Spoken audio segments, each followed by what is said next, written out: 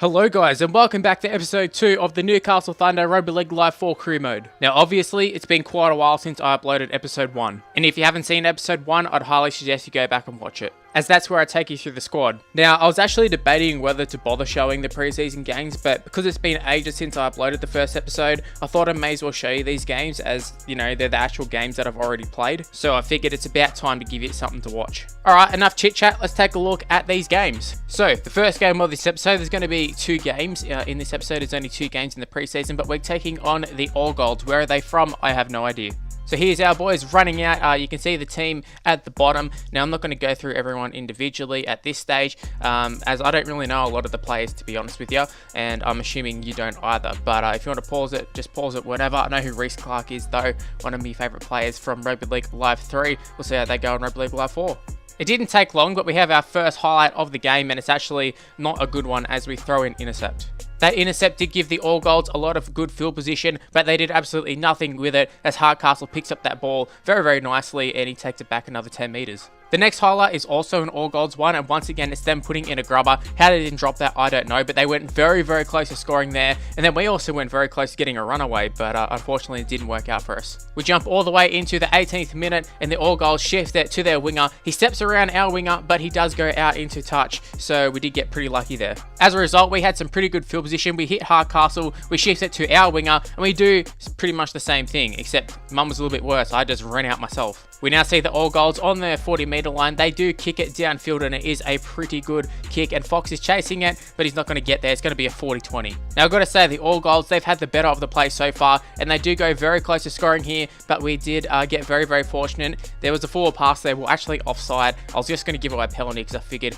we were going to concede there. Now nothing else happened in the first half, so we're jumping all the way into the second half here. They do put a kick downfield here, and Craig takes it. He takes it pretty comfortably, and he runs it back, and we just throw a forward pass here. I don't know what I was thinking. I don't know why I threw the pass. It's not something I normally do. So the All Golds, they feed the scrum through Hooten. Worrell picks it up. He passes it out to their halfback, and the halfback runs straight past Hardcastle. I don't know what I was doing there. He just didn't even attempt to register a tackle there. It was pretty poor play from myself, but they do pick up the first try of the game. Then the same man who scored the try, Kieran Hyde, he does convert the extras. So they're up 6-0, 5 minutes into the second half. So as you could have guessed based off these highlights, it's been a pretty shit game for the Thunder. Our defense has been pretty good though, apart from right now as they make a break down the left wing. Not something that usually happens, a little scoot from the computer, but you can see not a quick play the ball. It takes 10 hours for the play the ball on this game, but we do, however, give away a high tackle, and they are going to take the kick for touch, and they're going to attack our line once again. Now we've actually been defending our line really, really well. They do throw a big cut-up pass here. They are actually going to fall over the line now. I'm so glad they've not fixed this problem, but they've kind of nerfed the animation, so it's not a guaranteed try every time, as we do put him on his back and hold him up. Now we survived that last onslaught. Can we somehow manage to work our way back into the game? We do decide to shift it across field, and once again the passing is absolutely shithouse in this game, and they throw a big loopy pass for no reason whatsoever, and the All Golds are on the attack once again here. They're right on the line. What can they do with it? It looks like they're about to score, but another great tackle by us, and we do give away a penalty right under the sticks, so they're going to take a shot at 2 and pretty much wrap up the game. So from pretty much right in front, Hyde, he kicks the goal. It's Kieran Hyde 8, Newcastle Thunder 0. Now we might be running out of time to actually win the game, but if we can just get on the board, that would be great. And Kill Day, I think he's a second rower. He went very, very close, so he palmed off a few players there. Probably should have actually scored, but we do manage to get held up. And unfortunately, that's how it ends. An 8-0 loss for our first game of the season, our first preseason game of the season. Not ideal, but there were some promising signs, I have to say.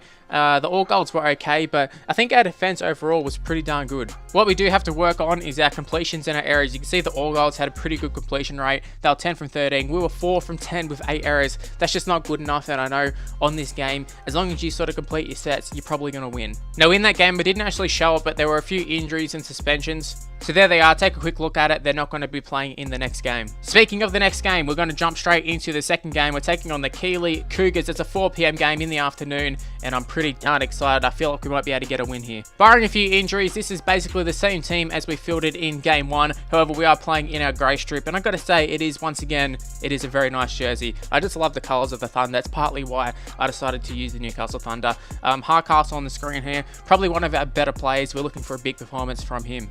Now we're looking to start off this game a lot better than we did in the first game. Hopefully no errors. That's what we're trying to cut out. Unfortunately, we do the exact same thing. We throw an intercept, except It's on the other side of the field. However, we do make up for it straight away, throwing him over the sideline and getting the ball straight back. Off the back of that, and off a pretty quick play the ball for Rugby League Live 4 standards, we just go straight through the middle there of Rennie. He actually is quite a decent player, I've got to say. Now this clip you're about to see here is pure filth and not in a good way. Don't adjust your monitors. What you're about to see is not in fact the same clip you just saw before, because we don't throw him over the sideline this time. And then straight off the back of that, the Cougars are just going to make a break here, just busting through a tackle. Fortunately for us, the fullback does make a pretty strong tackle. Now they're going to pass it here. I knew what they were going to do. I tried to rush up on them, and unfortunately I kind of overrode a little bit, which forced a really shit animation on this game, and there's your guaranteed try. They've gone up to the video ref, but yes, it was a try. It is something I hate about this game, but hey, what can you do? We have A. Brook. I don't know who he is, but I know he's a shit kicker because he just missed that one miserably. So this time is a highlight for us. We're once again starting off in our own half. We are shifting it. However, we've learned from our mistakes, and we haven't tried to force that last pass until right now. We started forcing the passes, but we did make a line break, unfortunately, as right before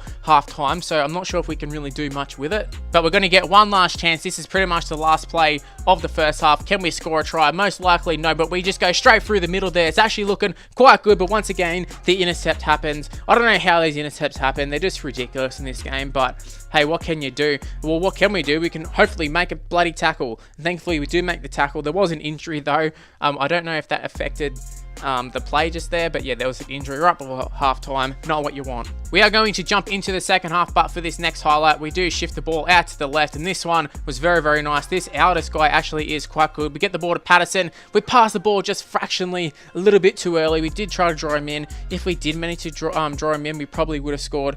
Unfortunately, we were tackled. On to the 56th minute, not a highlight for us, unfortunately. The Cougars are about to go through here, once again just brushing off players, and we do give away a high tackle. It is a pretty regular thing for our team. And the Cougars are actually going to take the shot at 2. Why they would do that, I don't know, but they did, and they do increase their lead to 6 points. Now here's a highlight for us. We start just ahead of the 30-meter line, and we do pass it to Clark. It's not Reece Clark, I think it's Ryan Clark, and he just palms off one player. They go for the big dramatic dive and misses. Unfortunately, he hasn't got the legs to go the distance, but it was a pretty good run for us. A few tackles later, we still have good field position. We pass the ball to Aldis, who's made a hell of a lot of line breaks, and this time he gets the offload away to Clark, and I think this was Reece Clark this time, picking up the first try of the series, the first try of this game, the first try of the season. It actually was a pretty nice try, if I have to say so myself, and I think the Cougars were immediately regretting their decision to take the 2 as we level things here with Hardcastle. Reece Clark scoring the try, but what a great run to set up that try. So off the back of that try, we're looking to just ride the momentum here. That's what you have to do on this game, and we make another line break. It's a great pass, and Aldis is cleaned up with a high tackle there.